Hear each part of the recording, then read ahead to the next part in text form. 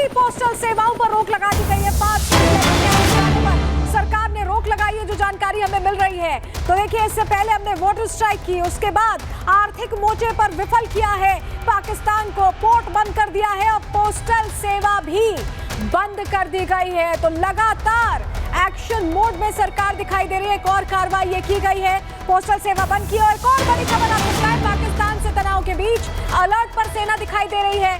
BSF के साथ भारतीय सेना भी अलर्ट पर है। पाकिस्तान के उकसावे पर जवाबी कार्रवाई की तैयारी में भारतीय सेना नजर आ रही है। पाकिस्तान लगातार सीज फायर का उल्लंघन कर रहा है। हमारे साथ हमारी सहयोगी अनामिका सिंह सीधे जुड़ रही हैं। अनामिका, पूरी तरह से सरकार एक्शन मोड में, बीएसएफ मुस्तैद है, भारतीय सेना मुस्तैद है, तस्वीर हम दिखा रहे हैं दर्शकों को। देखिए, जहां पे एक तरफ पाकिस्तान से पड़ोसी देश के तौर पे जो हर वो रिश्ता खत्म किया जा रहा है जो दो देशों के बीच में होता है, चाहे वो सिंधु जल समझौता हो, चाहे वो वीजा रद्द करना हो, टारी बॉर्डर बंद करना हो, या फिर अब एक तरीके से ट्रेड बंद कर दिया गया, एक तरीके से सारे रिश्ते खत्म किए जा रहे हैं। वही दूसरी ओर अब भारतीय सेना की ओर से पाकिस्तान के सीज फायर के उल्लंघन का मुंहतोड़ जवाब भी दिया जा रहा है। पहलगाम की घटना के बाद ही लगातार देख रहे हैं कि अब अखनूर में, चाहे कुपवाड़ा में, चाहे पुंछ में, बारामूला में, रजौरी में, हर जगह जो एलओसी के इलाके हैं वहां पे सीज फायर का उल्लंघन किया जा रहा है, रुक रुक के फायरिंग की जा रही है। लेकिन भारतीय सेना की ओर से हर बार फायरिंग का मुंह तोड़ जवाब दिया जा रहा है। हालांकि पाकिस्तान की ओर से एक तरीके से उकसावे की कार्रवाई की जा रही है, लेकिन भारतीय सेना की ओर से धैर्य के साथ हर कार्रवाई का जवाब दिया जा रहा है। दूसरी ओर कार्रवाई का जवाब दिया जा रहा है, तैयारी भी की जा रही है और तस्वीर अपने आप में बड़ी। आप हमारे साथ बने रहेगा, आपके पास हम वापस लौटेंगे। लेकिन आपको बताते हैं, जो एक्शन हम ले रहे हैं उसका कैसा असर हो रहा है, क्योंकि अभी तो जो रेट्स हैं पाकिस्तान में वो वैसे ही आसमान छू रहे हैं। और सोचिए, जब भारत की तरफ से जो एक्शन लिया गया उसका असर आने लगेगा, क्योंकि 2 मई को ये पूरी तरह से बात कही गई है कि अब आवाजाही नहीं होगी, आयात निर्यात नहीं होगा, पोर्ट सब बंद कर दिए गए हैं। अब कैसा असर आएगा, क्योंकि चिनाब नदी पर जो हमारी संधि है वो भी हमने सस्पेंड की है, तो पानी भी नहीं है, इरिगेशन पर बहुत निर्भर करता है। चलिए आपको डिटेल देते हैं कि कैसा असर आने वाला है, जानकारी आपको देते हैं। समझिए, पानी पर लगाम लग गई है और ऐसे में महंगाई बेलगाम हो गई है, क्योंकि उनके लिए एग्रीकल्चर यानी किसानी सबसे बड़ा यहाँ पर जरिया है। प्याज 100 रुपए किलो बिक रहा है पाकिस्तान में, ये हालत है। आलू 120 रुपए किलो बिक रहा है। खीरे की बात करें तो 100 रुपए किलो बिक रहा है। रेट्स अभी के हैं और अब धीरे धीरे बढ़ेंगे ये। ब्रोकली 1000 रुपए किलो, 1000 रुपए किलो। शकरकंदी 5000 रुपए किलो, ये हालत है। मटन मिल रहा है 2000 रुपए किलो। वहीं अंडे की बात करें तो एक अंडा 40 रुपए का मिल रहा है, जो 7 से 10 रुपए का मिलता है भारत। लाल मिर्च मिल रही है 2000 रुपए किलो। इतना तो सोच भी नहीं सकते हम कि यहाँ पर रेट होंगे। तो ये पाकिस्तान के रेट है। और नींबू तो 1000 के सिर्फ 2 मिलेंगे। आप सोचिए, लौकी 110 रुपए किलो। तो जो हरी सब्जियां खाते हैं उनके लिए भी मुश्किल है। तो ये हालात है पाकिस्तान के, जहां अभी से आसमान पर महंगाई, आगे क्या असर होगा, जैसे जैसे आयात निर्यात बंद होना, पोर्ट बंद होने का असर आएगा, आप समझिए मुश्किल होने वाली है पाकिस्तान के लिए खड़ी। और इस बीच एक और बड़ी खबर आपको बताएं, पाकिस्तान को भारत के हमले का डर सता रहा है। यूएनएससी में उठाएंगे भारत से तनाव का मुद्दा। पाकिस्तान अब फिर से ये कह रहा है कि यूएनएससी में उठाएंगे मुद्दा। पहलगाम हमले के बाद भारत आक्रामक हो गया है, ये कह रहा है पाकिस्तान। तो सोचिए, आक्रामक तो होगा ही। जब आतंक को आप पालेंगे, पोसेंगे, उसे आगे बढ़ाएंगे, तो हमें तो आक्रामक होना ही पड़ेगा।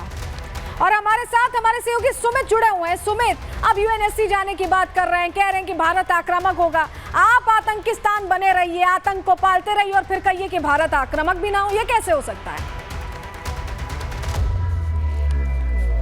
देखिए, भारत ने क्योंकि पूरी दुनिया के सामने पोल पट्टी पाकिस्तान की खोलकर रख दी है और अब पाकिस्तान के पास सिर्फ इन देशों के सामने या फिर यूएनएससी में जाकर गिड़गिड़ाने के अलावा कोई रास्ता नहीं बचा है, क्योंकि पाकिस्तान को यह पता है कि जिस तरीके से पूरी स्ट्रैटेजी भारत ने बनाई है, इकोनॉमिक तौर पर भी, उन तमाम चीजों को भी आपने यहां पर सलोनी दिखाया है कि कैसे कमर तोड़ने की पूरी तैयारी है। जो महंगाई है आसमान छू रही है, आईएमएफ के सामने वो भीख मांग रहा है और इसीलिए उसे यह पता है कि अगर भारत ने कोई भी अटैक या कोई भी इस तरीके का कदम उठाया तो पाकिस्तान का नक्शे समेटना पूरी तरीके से तय है। और इसीलिए वो यूएनएससी के सामने जाके या बाकी देशों के सामने, मसलन यूएई के पास जाता है, वो ईरान के पास जाता है, चीन के सामने गिड़गिड़ा रहा है और तुर्की से भी शहबाज शरीफ जो है वो जाकर मिल रहे हैं। वो कहते हैं कि हम जो है वो लगातार आतंक के खिलाफ लड़ाई लड़ रहे हैं, कुर्बानियां दे रहे हैं। लेकिन हालत क्या है? हालत यह हो चुकी है पाकिस्तान की कि नक्शे समेटने की स्थिति भारत पैदा कर देगा और इसीलिए पूरी दुनिया के सामने इस वक्त वो गिड़गिड़ा रहा है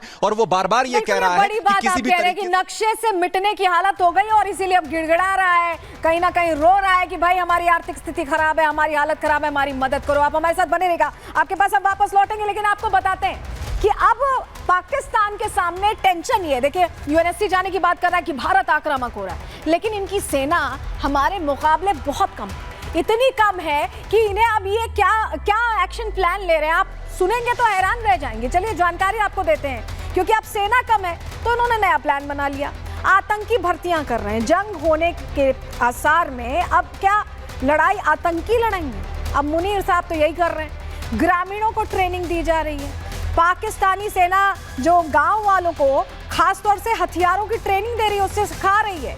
बच्चों से ये मदद ले रहे हैं, नाबालिगों से। पीओके के मदरसे इन्होंने बंद कर दिए हैं पाकिस्तान ऑक्यूपाइड कश्मीर के, और बच्चों को मरहम पट्टी की ये ट्रेनिंग दे रहे हैं, उनका भविष्य भी खराब कर रहे हैं। ये हालत है पाकिस्तान की, नाबालिग बच्चों को भी ये अपने जिहादी प्लान के लिए जोड़ ले रहे हैं। ये स्थिति है पाकिस्तान की, ये हालात है, आप समझिए। और मुनीर की जो आर्मी है, जो मुनीर की आर्मी है, वो आतंकी संगठनों की सुरक्षा में लगी हुई है।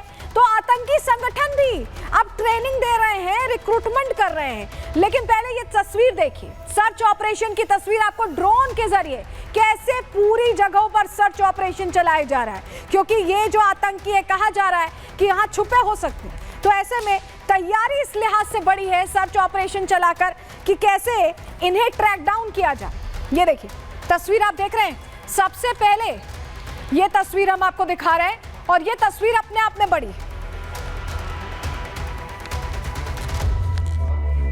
और सिर्फ मुनीर की आर्मी में ही डर नहीं है, आतंकियों में भी डर है। वो भी फटाफट रिक्रूटमेंट प्लान कर रहे हैं। भारत पाकिस्तान तनाव के बीच लश्कर जिहादी मंसूबों में जुट गया है।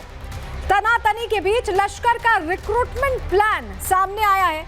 लश्कर ए तैयबा ने संगठन में आतंकियों की भर्ती अब तेज कर दी है। हाफिज सईद का बेटा तलहा सईद भर्ती की कमान संभाल रहा है। भर्ती के लिए तलहा सईद ने लश्कर के आतंकियों को निर्देश देना शुरू कर दिया है। नए आतंकियों की लश्कर में भर्ती कर तलहा हमले का प्लान अब तैयार कर रहा है। हाफिज, तलहा और लश्कर कमांडर की बताया जा रहा है एक सीक्रेट मीटिंग हुई है, जिसमें ये सब कुछ तय हुआ है, और मीटिंग में तनाव के हालात का फायदा उठाने की रणनीति इन्होंने बनानी शुरू कर दी है। तलहा सईद के रिक्रूटमेंट प्लान को आईएसआई का भी समर्थन है, वो तो लगा ही रहता है मदद करने में। हाफिज ने भी पुराने नेटवर्क को एक्टिव करने के निर्देश दिए हैं। पाक मरकजी मुस्लिम लीग को भी पॉलिटिकल इवेंट्स बढ़ाने के निर्देश दे दिए गए हैं कि वो पॉलिटिकल इवेंट्स बढ़ाएं, लोगों को जोड़ें, भर्तियां करें। इस तरह के हालात बने हुए हैं। लेकिन आपको जरा ट्रेनिंग कैंप की तस्वीर दिखा देते हैं, क्योंकि पीओके में जो आर्मी है वो वहां ट्रेनिंग कैंप चला रही है। जरा तस्वीर देखिए, ये देखिए, ये जो आप देख रहे हैं, पीओके में लोगों को सिखाया जा रहा है, बाकायदा ट्रेनिंग दी जा रही है। इनके पास इनकी आर्मी काफी नहीं है, ये जानते हैं, और यही वजह है कि ये पाकिस्तानी नागरिकों को जो वहाँ पर पाक ऑक्यूपाइड कश्मीर में हैं, उन्हें भी सिखा रहे हैं। जो एकदम किनारे वाले गांव हैं, बॉर्डर एरियाज वाले गांव हैं, उनके ग्रामीणों को ये सिखा रहे हैं।